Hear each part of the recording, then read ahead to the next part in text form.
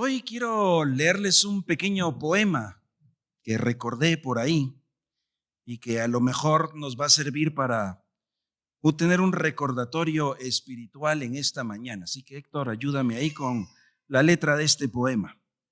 Dice así: ya no siento mis manos, ya no siento mis pies.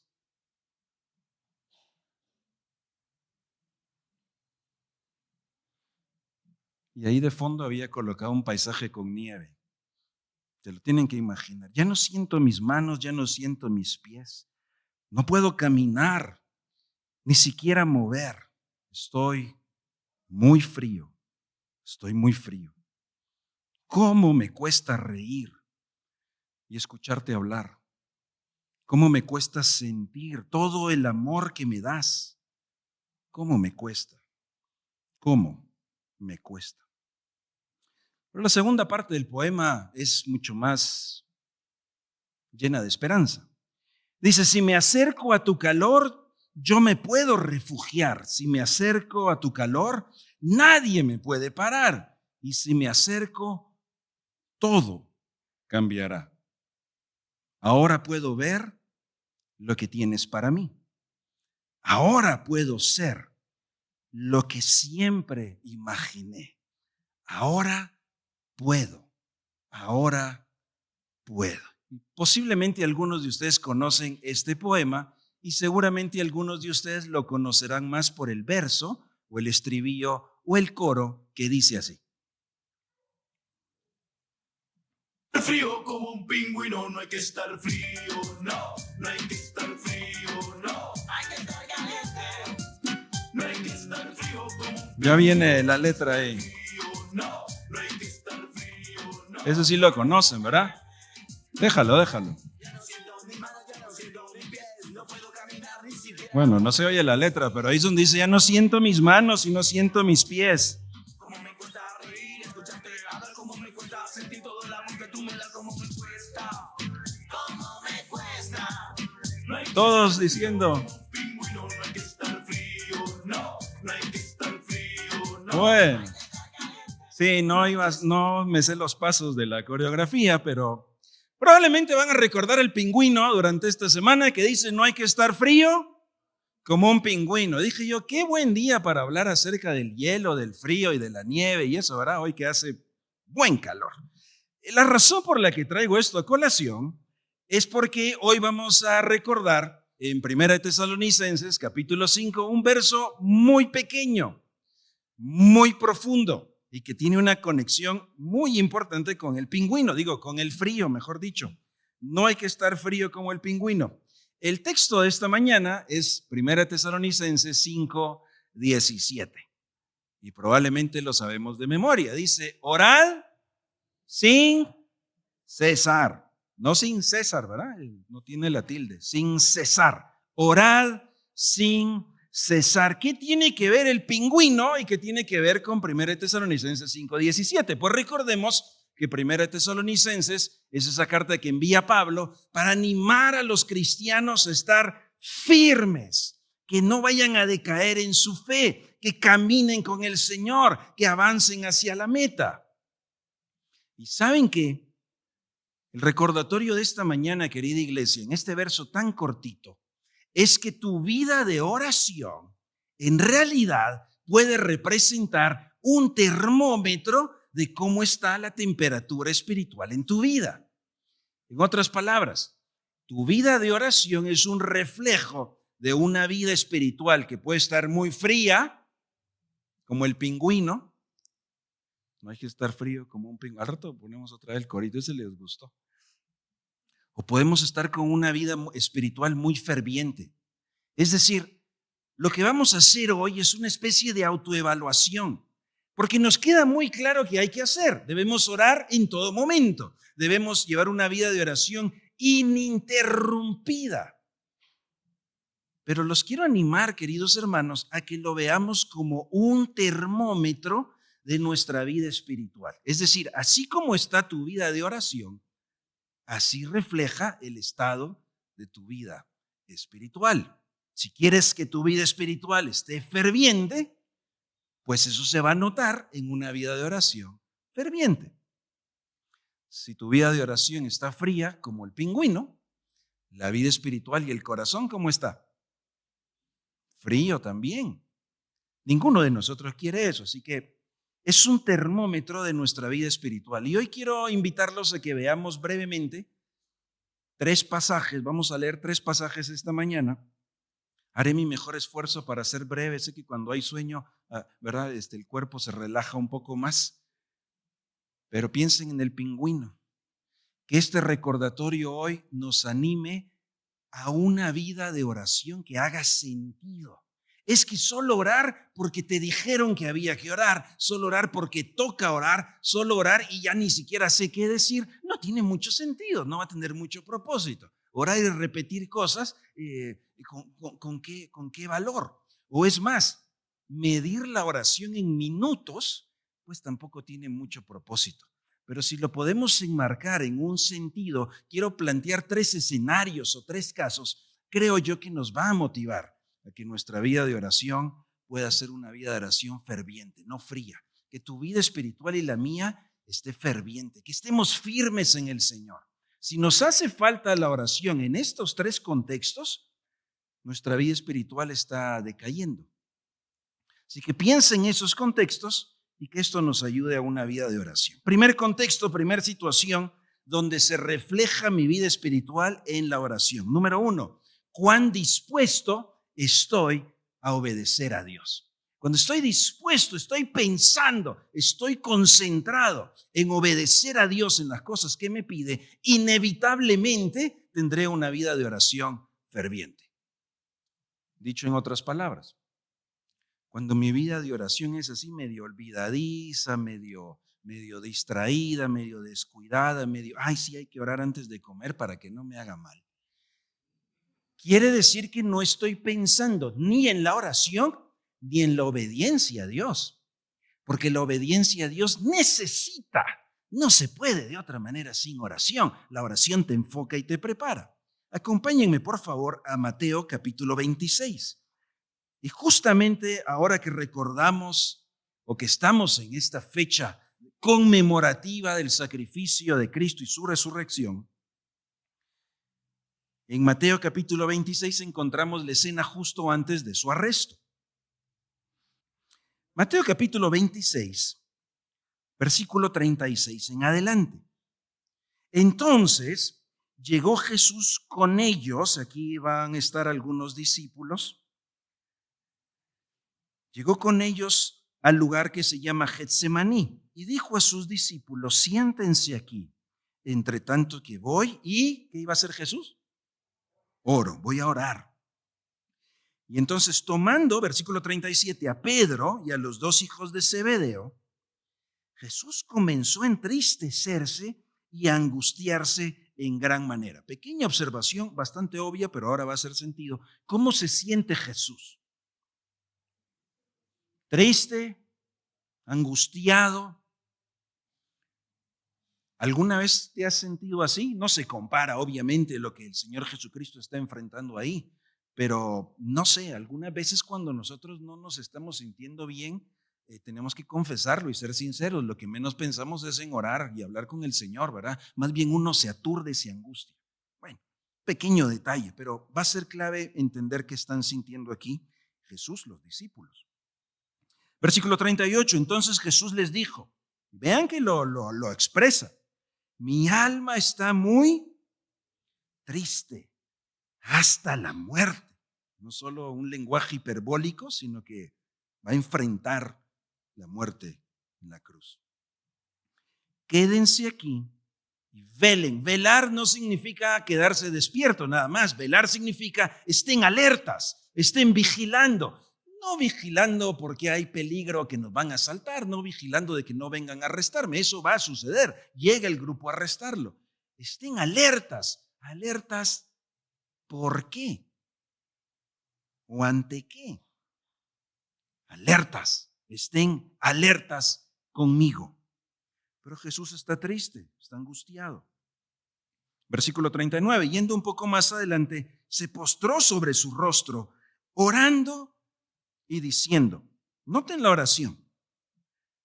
Padre mío, si es posible, pase de mí esta copa. ¿Cómo se siente Jesús? La oración no termina ahí, afortunadamente. Pero no sea como yo quiero, sino como tú. Hermanos, la obediencia al Señor es una obediencia que no depende de cómo nos sentimos, o no debería depender. Es que hay días en los que nos sentimos bien fuertes para obedecer. Hay días que me siento con muchas ganas de obedecer. Hay días que uno dice, con todo, ahí vamos. Hay días que uno dice, Señor, mándame a predicar al otro continente, aquí voy, ¿verdad? Sin embargo, al rato se nos puede pasar. Señor, mejor ya no, ya la calculé bien. Hay días que me siento muy entusiasmado, hay días que no me voy a sentir con muchas ganas de obedecer.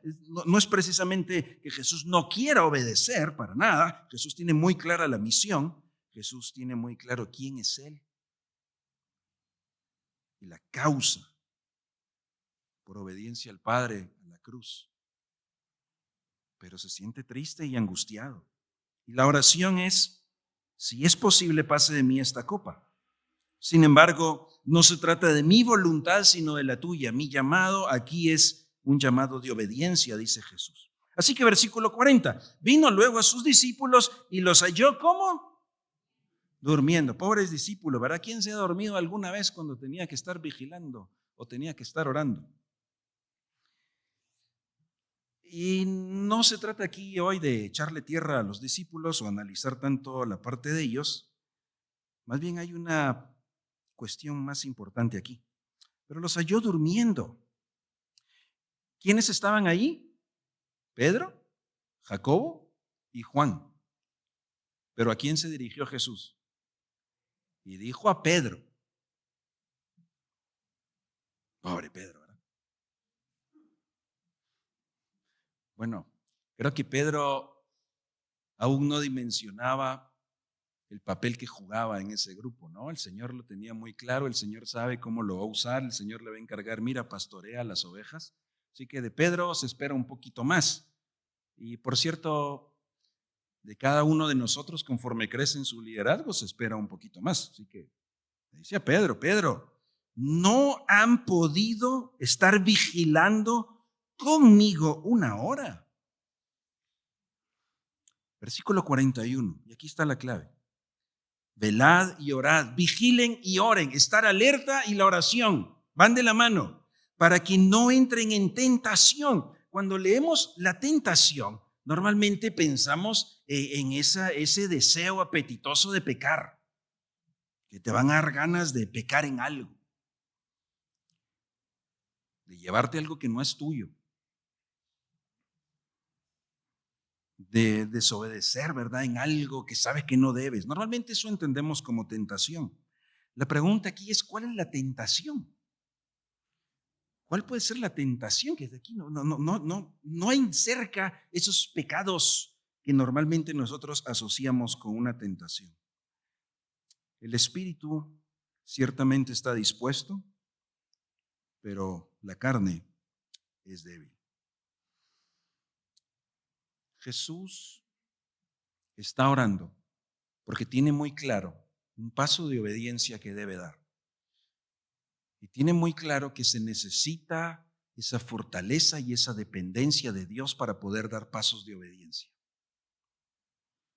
Y los discípulos también tendrían que dar pasos de obediencia. Y también tendrían que estar firmes. Y también necesitarán depender del Señor. Pero los discípulos no estaban entendiendo esto.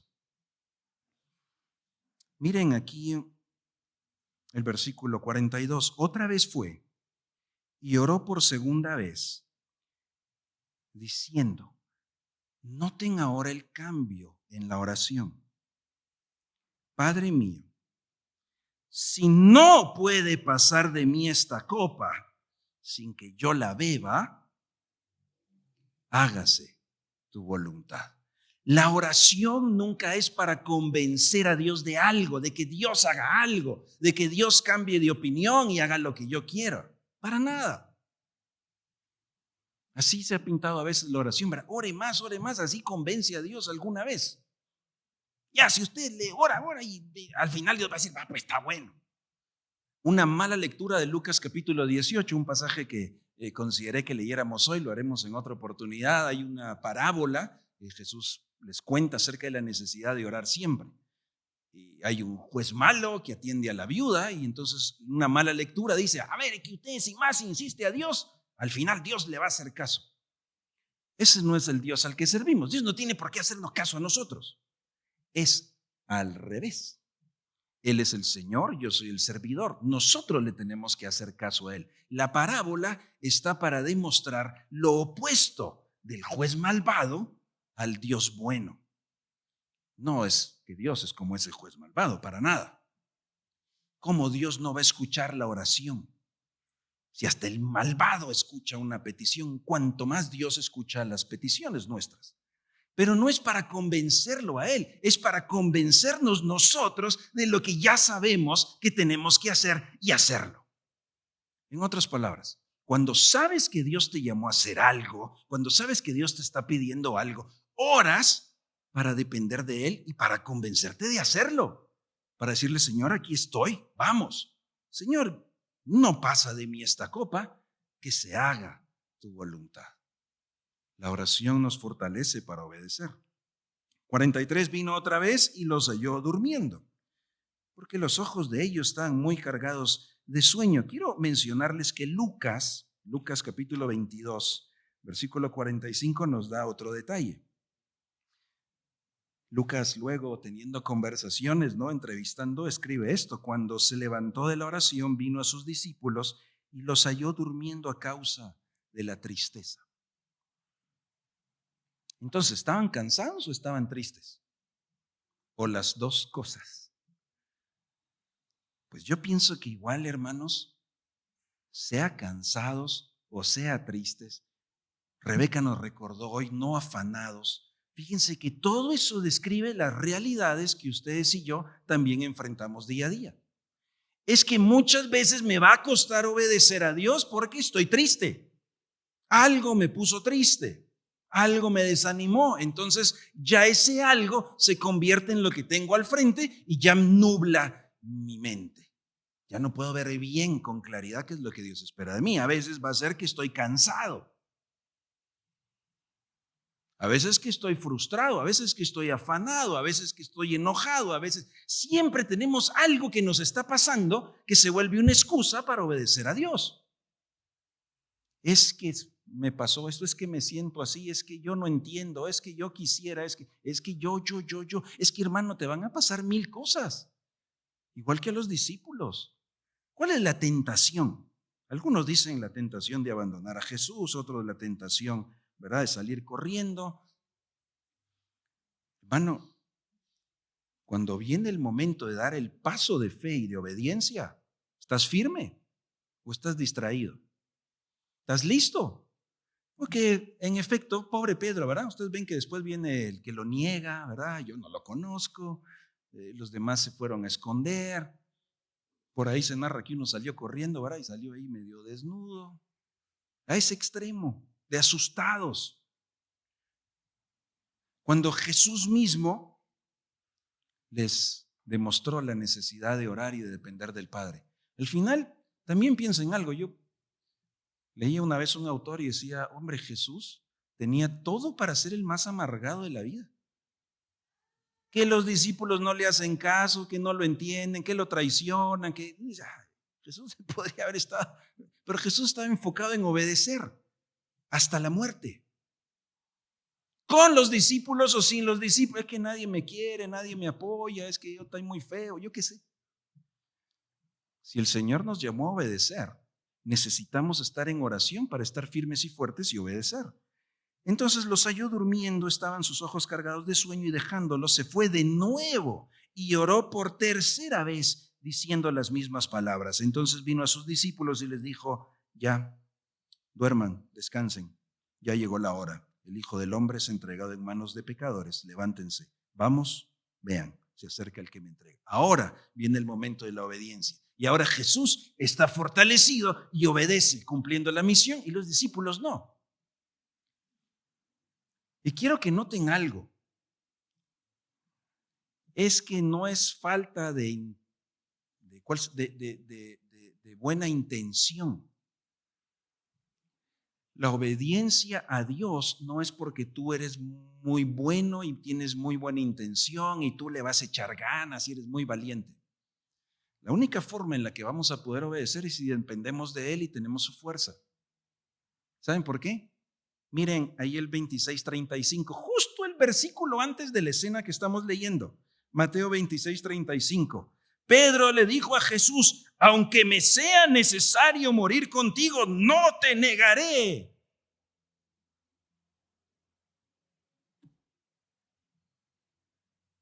Y todos los discípulos dijeron lo mismo. No, Señor, ya que yo puedo, yo quiero, ahí voy.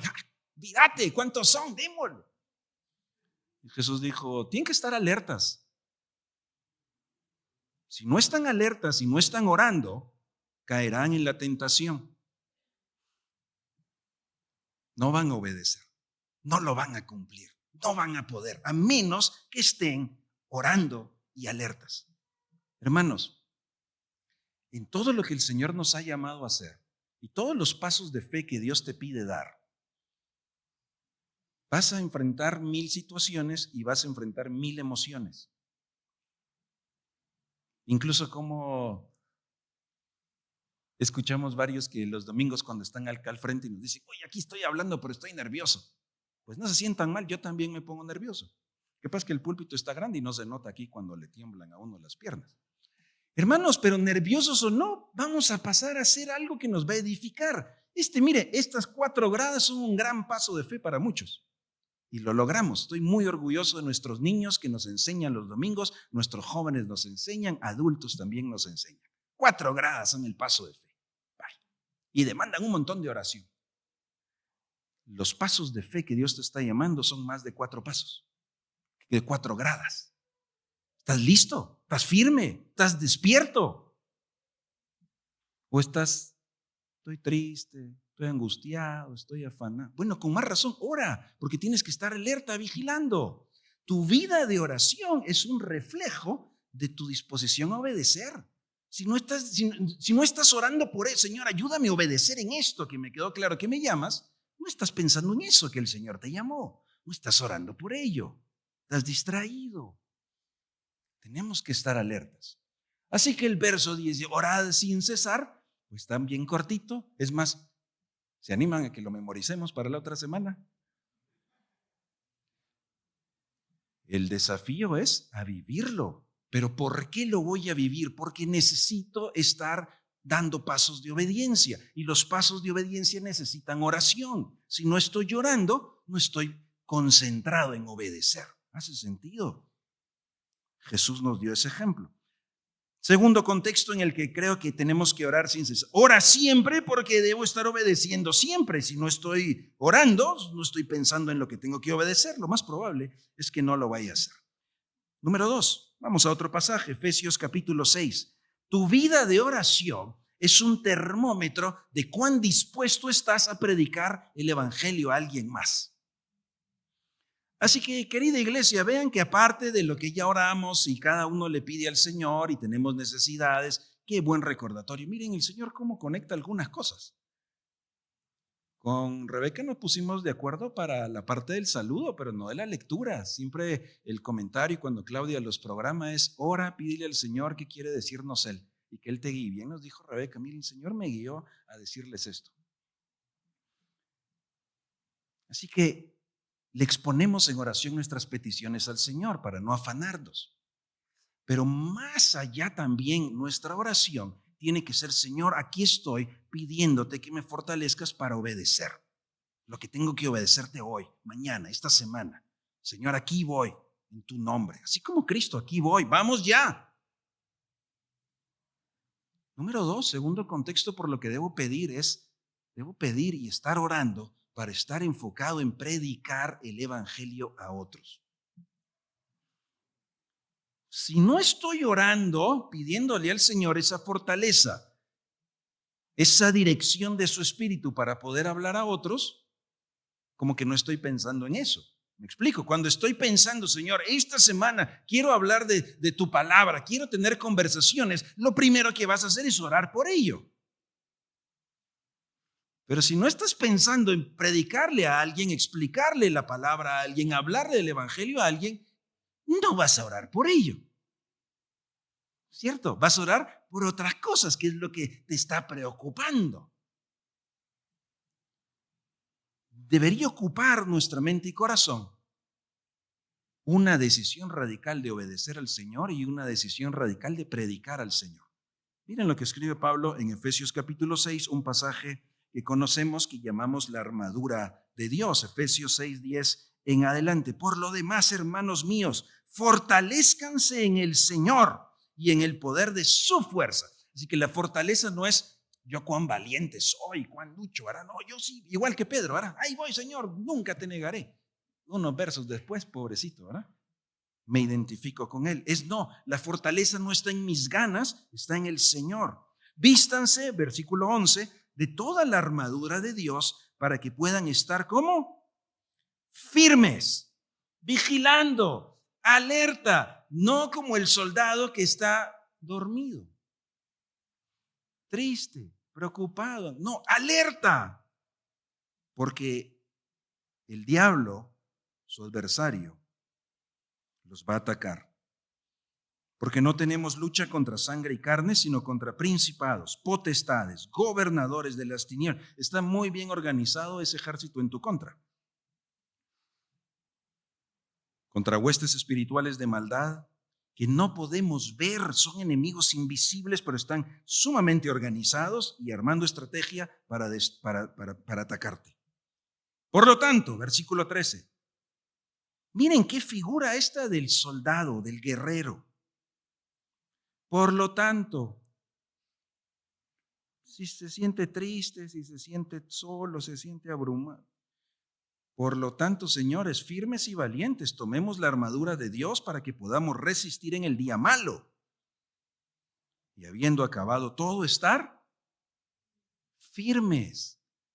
El Señor nos llama a estar firmes, no a bajar la guardia, no a doblegarnos ante nada. Y aquí vienen los ataques de Satanás. 14. Estad pues firmes. ¿Se nota un poco el énfasis? Ceñidos los lomos con la verdad, vestidos con la coraza de justicia, calzados los pies con el apresto del evangelio de la paz. Sobre todo, tomad el escudo de la fe, con que puedan apagar todos los dardos de fuego del maligno, y tomen el yelmo de la salvación y la espada del Espíritu, que es la palabra de Dios. 18. Orando en todo tiempo. ¿Cuándo hay que estar orando para estar firmes? En todo tiempo, con toda oración y súplica en el Espíritu, y velando en ello con toda perseverancia y súplica por todos los santos. En esta familia oramos todos por todos. Vamos a recordar eso. 19. Y oren por mí, a fin de que al abrir mi boca me sea dada palabra para dar a conocer con denuedo o con valentía el misterio del evangelio, por el cual soy embajador en cadenas, que con denuedo hable de él como debo hablar. Satanás nos quiere atacar. Vamos a estar firmes y vamos a orar unos por otros y vamos a orar para que podamos predicar el evangelio así como lo tenemos que predicar. Oren en todo momento. ¿Pero por qué voy a orar? Ya oré en la mañana, ya no sé qué decir. Pues bueno, si estás enfocado en obedecer, tienes mucho que hablar con el Señor. Y si estás enfocado en predicar su palabra, vas a ver todos los ataques de Satanás, pero vas a orar para que puedas hablar valientemente. Así que la oración no es porque toca, no es porque ni modo, no es porque hay tan poquito, ¿verdad? Hable más. No. Es porque quiero obedecer y porque me has llamado a predicar. Y Satanás me va a atacar y me voy a querer desanimar o echar atrás, pero voy a estar firme. ¿Cuán dispuesto estás a esa vida de obediencia y esa vida de misión? Quiero terminar en el tercer contexto. Acompáñenme a Deuteronomio capítulo 6. Hermanos, que seamos hombres y mujeres de oración. ¿Por qué? porque somos hombres y mujeres de obediencia, somos hombres y mujeres que predican su palabra. Y en tercer lugar, vean lo que dice Deuteronomio capítulo 6. Vamos a leer versos 1 al 9. Deuteronomio 6, 1 al 9. ¿Qué hay que hacer? Orar siempre, ininterrumpidamente. Señor, aquí estamos para obedecerte. Señor, aquí vamos a anunciar tu evangelio. Señor, aquí estamos. Tenemos mucho que hablar con el Señor para que nos fortalezca y vayamos y hagamos lo que Él nos pide hacer. Deuteronomio capítulo 6, versos 1 en adelante. Y hace días que no abordamos este pasaje y hace días que quería recordarlo, y querida iglesia, que el Señor nos use y en su gracia podamos nosotros ser un ejemplo para las nuevas generaciones. Aunque hay muchos temas que tocamos los días sábado que nos reunimos, en fellowship, en Tierra de Valientes, en conexión. Gracias a Dios porque podemos abrir la Biblia y platicarlos. Pero la influencia número uno en la vida de ellos seguimos siendo nosotros. En casa, papá, mamá, ustedes siguen siendo la influencia número uno. No es la única, como iglesia todos somos esa influencia. Deuteronomio 6:1. Estos pues son, ¿qué cosa? Miren estas palabras, miren qué palabritas. Mandamientos, estatutos, decretos. Pregunto, ¿lo que viene a continuación se toma en serio, sí o no? Porque son mandamientos, decretos. O sea, esto no es sugerencia, no, bueno, mira, aquí un consejito. Esto es en serio. Y además, ¿quién lo dice? Jehová vuestro Dios mandó que se los enseñe. ¿Y para qué hay que saberlos? Para ponerlos por obra en la tierra a la cual van a pasar ustedes para tomarla. ¿Qué persigue obedecer estos mandamientos? No es simplemente porque toca cumplir una ley, es porque hay una persona. Lo más importante no es el mandamiento, es la persona detrás. Para que temas a Jehová tu Dios. No es un temor de espanto, es un temor que le reconoce como el Señor y nosotros sus servidores. Y guardes todos sus estatutos y sus mandamientos que yo te mando. Los vas a guardar tú, tu hijo y el hijo de tu hijo, todos los días de tu vida, para que tus días sean prolongados. Oye pues, pueblo, todo el pueblo de Israel, y cuida de ponerlos por obra. Es que una cosa es saberlos, eso es lo que a veces respondemos como ideal, ¿verdad? Pues sí lo sé, pero lo real es cómo lo vivo. Cuida de ponerlos por obra y viene una bendición para que te vaya bien en la tierra, que fluye leche y miel y se multipliquen, como te ha dicho Jehová, el Dios de tus padres. Oye Israel, todo el pueblo, Jehová nuestro Dios, Jehová uno es. Él es el único en su categoría, no hay otro Dios. Todos los demás son falsos. Él es el único real y el único en su categoría. Por eso a ese Dios, verso 5, lo amarás de todo tu corazón, de toda tu alma y con todas tus fuerzas y con todo lo que eres. Esta era la forma de poder decir una hipérbole, de poder decir, nosotros diríamos, amarás al Señor con todisísimo. Así decimos nosotros. Así que no es que solo con estas tres cosas. Y uno dice, bueno, es que esta es esta parte, esta es esta parte. Lo que significa es vas a amarlo con todo. Y estas palabras que yo te mando hoy, ojo al 6, estarán sobre tu corazón. Hermanos, el amor y la obediencia al Señor no empieza con lo que cumplimos externo visible. Comienza en una decisión interna invisible. Por eso, la oración, que es externa, es un termómetro de cómo está el corazón. La obediencia a Dios, miren, es que cumplir. Hoy hablábamos de ese cordero, ¿verdad? De Dios. Es que el pueblo podía traer el cordero y ya lo traje, ya cumplí. El Señor muchas veces dijo, no quiero sus sacrificios. Por fuera traían la ofrenda, traían los sacrificios, pero no era desde el corazón. El Señor dijo, eso no quiero. Verso 7.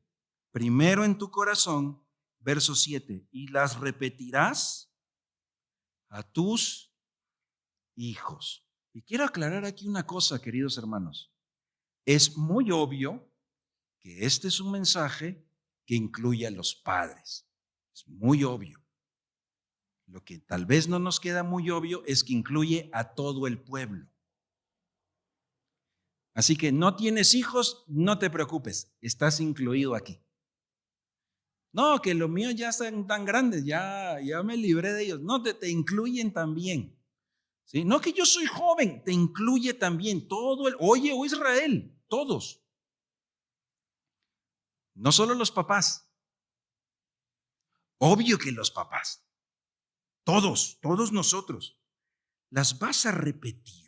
Y vean que obvio comienza en casa, porque hablarás de ellas estando en tu casa y andando por el camino y al acostarte y cuando te levantes, y las atarás como una señal en tu mano y estarán como frontales entre tus ojos y las escribirás en los postes de tu casa y en las puertas. Tercer contexto donde tú y yo tenemos que ser hombres y mujeres de oración, porque tenemos que estar dispuestos a modelar esa vida espiritual. Ser un ejemplo de una vida de obediencia, de una vida de misión y predicación, y ser un modelo para nuestras nuevas generaciones.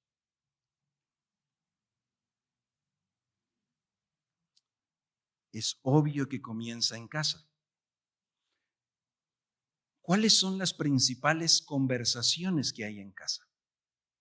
Tú los conoces y tú lo sabes, pero ese es el modelo de vida que proyectamos. Un modelo de vida donde nuestro temperamento es el que gobierna.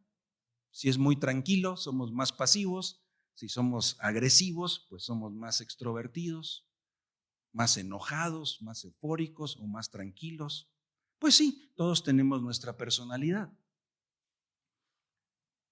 Pero el ejemplo, porque está tanto en lo que hay en tu corazón, te va a salir en la mañana, en el camino, cuando te acuestes, lo que hay en tu corazón es lo que va a salir. Entonces, cuando hay crisis, cuando hay problemas, ¿qué es lo que sale? Sale un oremos, el Señor está con nosotros. Sale un oremos, Señor, ¿qué quieres de nosotros? O sale un ya te dije que no te calles. Ya te dije que no me preguntes. ¿Qué es lo que sale? Sale lo que hay en el. Por eso el Señor dijo, primero su corazón, van a amar y obedecer. Y entonces van a poder repetir. En casa, el ejemplo es de una vida de oración. Constantemente estamos orando, constantemente estamos dando gracias a Dios. La semana pasada estuvimos recordando acerca del gozo, que estemos siempre gozosos. Qué interesante, que es un mandamiento. Por eso nos recordaba bien Rodolfito, no es por la circunstancia, es por una decisión. Así que otra vez la circunstancia es que puedo tener crisis económica, puede haber una enfermedad, puede haber un disgusto. Ninguna familia es perfecta. Pero ahí en medio vivimos en obediencia a Dios, alabando a Dios, dando gracias a Dios, orando y hablando con Dios. Querida iglesia y queridos papás, ¿cómo van a aprender nuestros hijos a amar y a temer al Señor si nosotros no les mostramos que eso es más importante que cualquier otra cosa?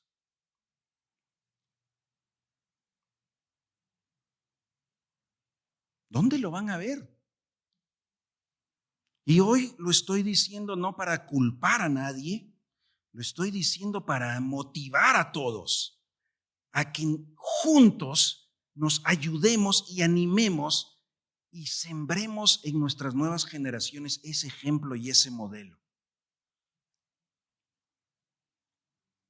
Queridos papás, ¿cómo vamos a lograr que nuestros niños y jóvenes a estas cosas que le llamamos las cosas de Dios las tomen en serio?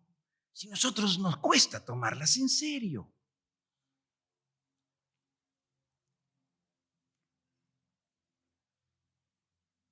es que luego vendrá la tentación de no obedecer al Señor, de no estar firmes. Yo he dicho otras veces acá, obvio que no es pecado no estar acá un domingo, eso no es ningún pecado.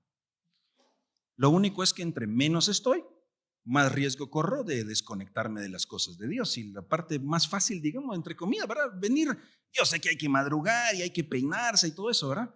Pero en realidad no es tan difícil como decisiones radicales de obediencia, como decirle no a un hábito pecaminoso, como dar un paso de fe. Esta semana hablé con alguien que tiene que dar un paso de fe y está orando si el Señor le llama a cambiarse de país por un proyecto ministerial. Es un gran paso de fe. Ese está más difícil que venir al culto el domingo.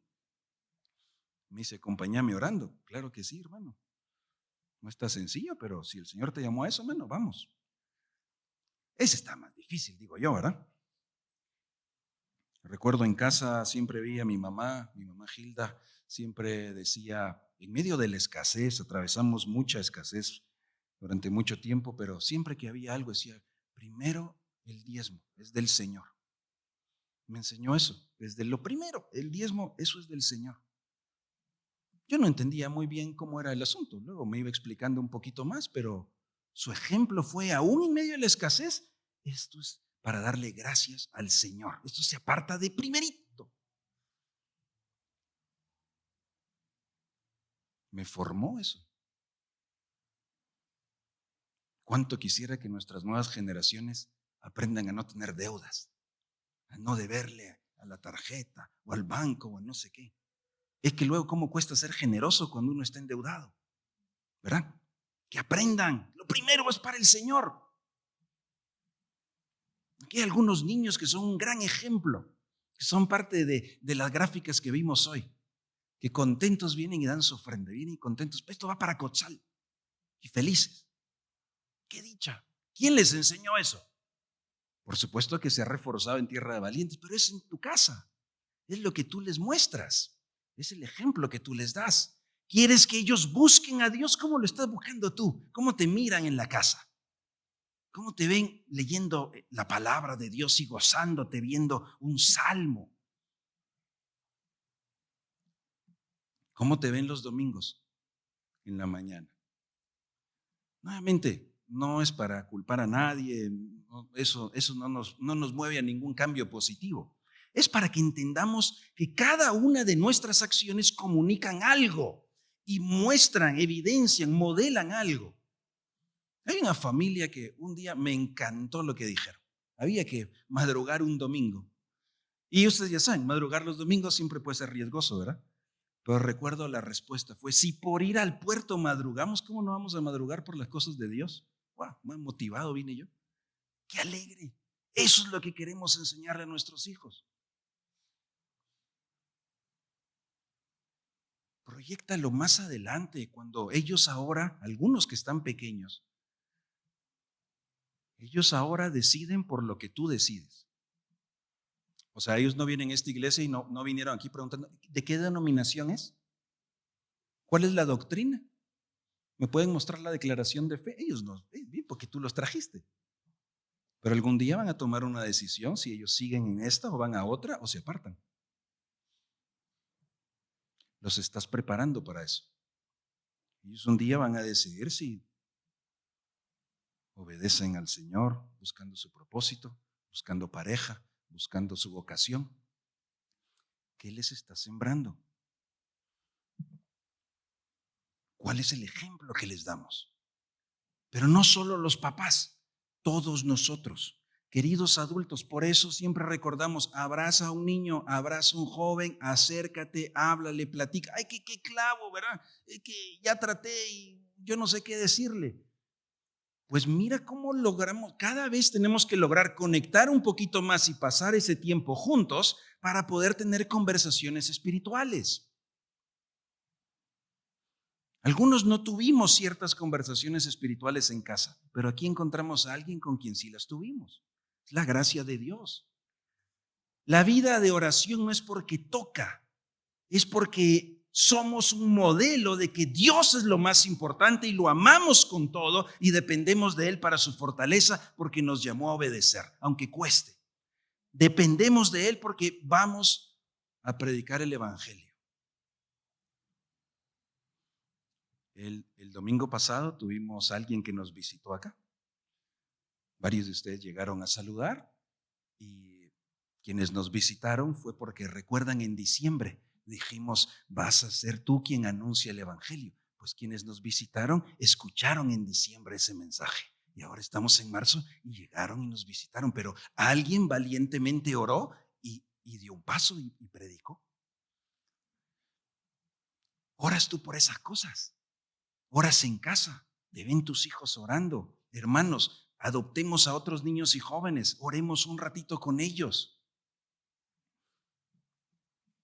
Oremos un momentito, dile cómo estás, que el Señor te fortalezca, que lo obedezca siempre. Te va a tomar 30 segundos, pero le estás diciendo que eso es importante. ¿Cuál es el ejemplo que vemos? Que el Señor nos ayude y que el Señor en su gracia nos recuerde estar firmes para Él, que nos alentemos a eso. La pregunta entonces para hoy, o dos preguntas quizás, ¿verdad? La primera es, ¿tú y yo oramos en todo momento? Que no sea el último recurso la confianza en Dios, que sea siempre el principal. Y esta la vamos a traducir. ¿Obedeces, predicas y modelas en todo momento? Que el Señor nos ayude a estar firmes haciendo eso. Y quiero invitarlos a que nos pongamos de pie. Y vamos a orar cantando, o vamos a cantar orando. Y le vamos a pedir al Señor que nos ayude a vivir desde el corazón esa vida de santidad. Que desde el corazón podamos vivir esa vida de obediencia. Que todos nosotros juntos podamos ser ese modelo para la siguiente generación. Que digan, yo quiero ser como esa señora que siempre está dándole gracias a Dios. Yo quiero ser como ese señor que mira, en medio de lo que pasa, siempre tiene gozo. Porque siempre está diciendo lo que Dios está haciendo en su vida. Mira, yo quiero ser como ese joven que siempre le está pidiendo a Dios sabiduría. Que seamos ese ejemplo de oración en todo momento.